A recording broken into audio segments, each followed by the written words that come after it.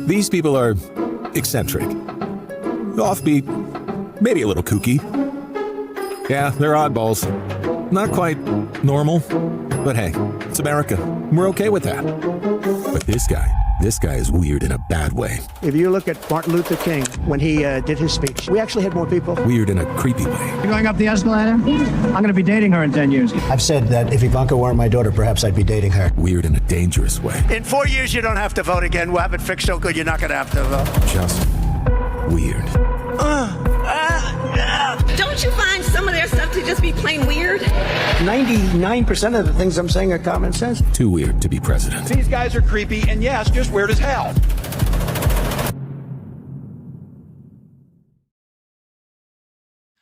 I'm going to start with an apology, all right? And I'm being really serious about this.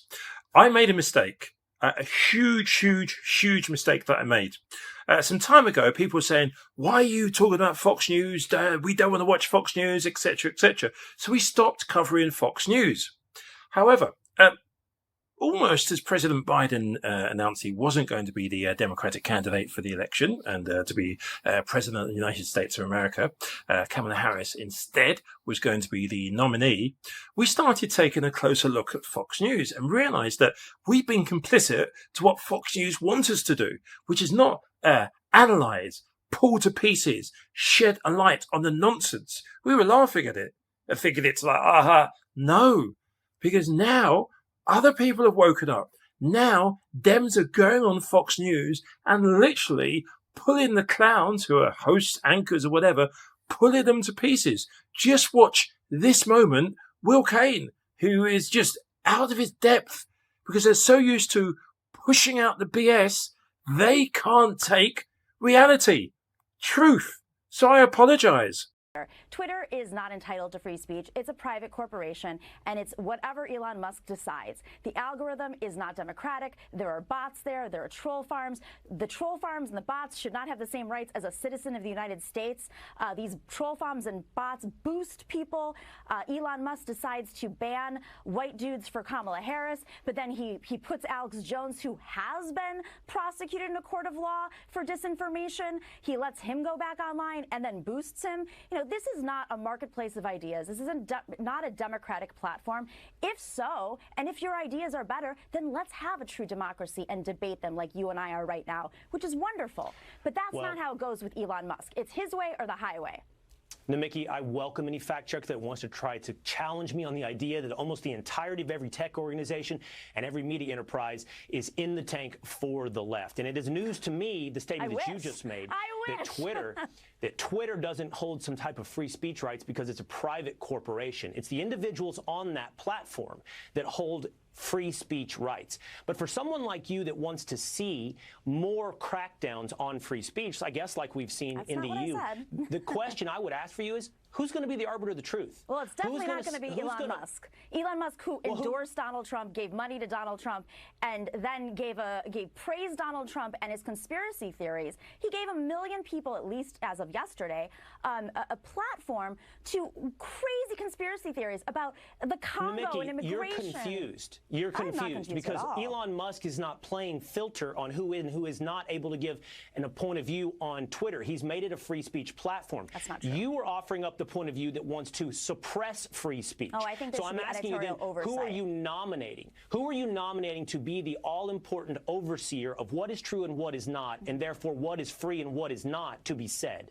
So facts are a real thing. We are on a news network. You have a news division. All of your journalists at Fox News have editors. They have a set of standards journalistic standards that they have to go by. Are they always perfect? No, we're human, right? But Elon Musk, he has no oversight. He fired everybody who did fact-checking and oversight. He doesn't, when there's incitement of violence, when there are threats against people, when there's terrorism, he doesn't have a division to oversee it. That is very different, especially with incitement of violence. Right. That is an exclusion to free speech. But even if so, if this were a journalistic platform, which it is not, it is a private corporation at the behest of Elon Musk, even if so, You keep saying that. You keep saying this thing about private corporations well, yes, any versus lawyer a will tell journalistic you that. platform. There's a difference. Well, yes, I can it's a tell you private as an attorney. corporation. I can tell you, Namiki, as an attorney, the Constitution provides no extra free speech rights to something deemed a journalistic organization versus a private corporation. There are not tiers to the free speech to the First Amendment of the United States. There are not some that have more and some that have less. Your esteemed journalistic institution has no special rights than me, the private American citizen. So you know the whole fire drill in a movie theater thing? It's the same thing for Twitter. If you go in and you incite violence on a private corporation, you do not have those same rights, and that is what the EU deemed. Now let me ask you a question. And about that was the UK, not the EU, by the way. What would you support? What would you support for those that whoever you pick? Okay, let's, for the sake of argument, say you have picked Joe Biden, right? Or at large the Biden administration to be the arbiter of the truth. What would you propose as a punishment for someone you think has run afoul of censorship or misinformation? Would you adopt the same type of rules that we just heard about in the UK, that you could not only be censored, but you could be arrested? I think that the tech companies, all of the tech companies that you've mentioned, have an obligation to make sure that their algorithms are transparent, have oversight, that there are no bot accounts, there are no troll farms, that people aren't being artificially boosted, that there's no incitement of violence, no terrorism. So you're not endorsing what UK has done. But you're not endorsing what UK has done with the cops show up at your door if you're someone's a guilty terrorist, of misinformation. I think the FBI should probably look into somebody if they're plotting terrorist attacks on Twitter. And that is essentially what they said. If someone's inciting violence, a threat, I've received threats, I'm sure you have too, on Twitter, and I would like those people to be investigated by the police or some sort of... Namiki, the problem with your point of view is that you haven't... You are putting the power in someone's hands, someone you have not yet defined in the course of our conversation. Yes, I did. Who defines what is a terroristic threat. Hold on. You don't think the FBI knows if we both talk at the same time, nobody can hear us. Okay. Nobody can hear us, okay? If we talk at the same time. You have not nominated someone to tell us what is racially insensitive, what is racially hostile, what is a terroristic threat. So I'd ask you this one final question. If what we're going to do is, at a minimum, according to what I've heard from you tonight, is censor people off of the internet if they're guilty of misinformation. If we're at a minimum going to not platform people, that's more, you guys like that word, it's kinder. Not platform bots. If we're not going to platform people guilty of misinformation, would you deplatform Joe Biden today? Today, Joe Biden put out the fact-checked and proven lie that Donald Trump called Nazis very fine people. It's a hoax. It's a lie.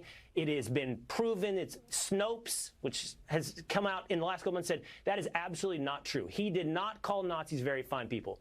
Not only Joe Biden, but Kamala Harris put that out today. So my question for you is, should they now be deplatformed? He called the people, the Proud Boys, which is what I think they were referring to as Nazis, as very fine people. So let's make that very clear. His words were literally this. No, on the anniversary of Heather Heyer's death. I'm not talking about the white supremacists or the Nazis. His words were literally, as I just quoted, I am not talking about the white supremacists or the Nazis. He said those exact words. He was talking about the Proud Boys, but we see them as the same people. So I would, you trust the FBI. I hope you do. You didn't even mention do you trust Proud the CIA? Boys. That's you reading that in. Do you trust the NYPD in New York? I mean, these are the folks who are there to investigate threats of violence. If you get in the mail, if you get a phone call, a threatening phone call, they investigate phone calls. The FBI looks into terrorist attacks. So why can't you do that on Twitter? The tech companies have an obligation to oversee this. Well, then, according to that standard, both Kamala Harris's campaign and Joe Biden should be kicked off social media platforms today Elon Musk should for that misinformation. He owns it. I'm sorry to break that news to you, Namiki. Okay, thank you for the conversation. Take care. Illegal aliens and Kamala Harris. That's coming up next. Not going to be the nominee. I would make any bets about that. The party that gets rid of their 80-year-old candidate is the party that's going to win. Who do you think will be the Democratic nominee? Well, I've said there's going to be a female president of the United States. It will either be me or it will be Kamala Harris. And if Donald Trump is the nominee, mark my words, we will. There was no way Joe Biden, in the condition that we saw him, could take on the stresses of a presidential election. So, that was something I believed in then. It's why I constantly referred back to her, because I knew that Kamala Harris was the person that we had. And look, what I'll say is it's not an issue of whether I go out and campaign for Donald Trump. He's decided the way he wants to do this. What I will tell you is the Republican Party needs to make a serious shift here. It's Space Karen, not JD Weirdo. Elon. Elon. Elon. Elon. Who called my name? I'm busy fucking up Twitter. Trump. Trump. Trump. Trump. Trump. Trump. Wait for it. No, seriously, wait for it. Coming up. Go.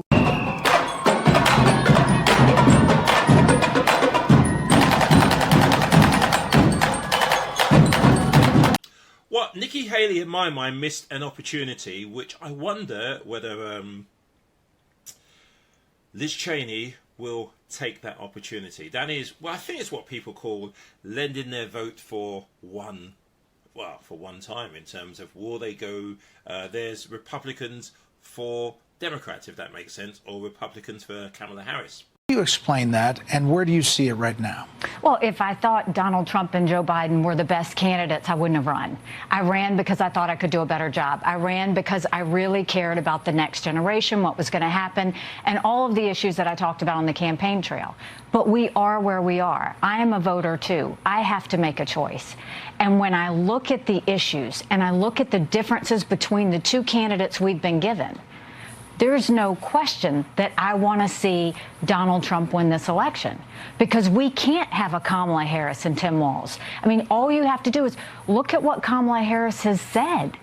She doesn't think illegal immigrants are illegal. She thinks that we should give them free education, free place to live, free health care. Tim Walz thinks socialism is neighborly, and he's gone a step further and thinks we should give them free tuition.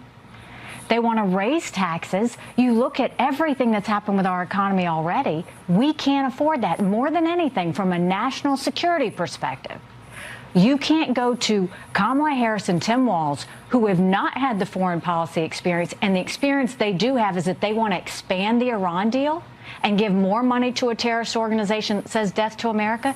There's a lot of differences there. We are where we are. And right now, for me, for my family, for those that I love, and as a voter, I think we need to hope that Donald Trump wins this election. Yeah, a couple of recent polls have shown this bump, that this enthusiasm that this new ticket has received.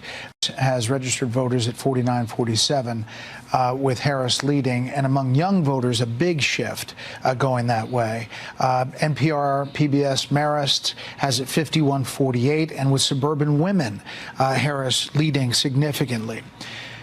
Will you go out and campaign for the former president? Well, I think the first thing you need to ask is, I said that early on, I said a vote for Joe Biden is a vote for Kamala Harris.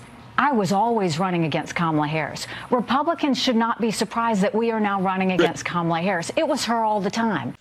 47.6, 46.8. Just a very small margin, but this small margin is quite significant. Pennsylvania, Kamala Harris has literally got Pennsylvania within her grasp. And if she takes Pennsylvania, it is done. It is all over for former guy. If you live in Pennsylvania, or you know anyone who does live in Pennsylvania, if you have any contacts with Pennsylvania, please can you educate me, the Brit from the outside looking in, as to why it's a swing state. What's the history? Who have been the representatives before? Just explain to me why it is so important, and what would you put it down to? The fact that Kamala Harris could take it. It explains as well why former guy has been going to Pennsylvania an awful lot, but I would say, looking at his latest poll, Pennsylvania is in play.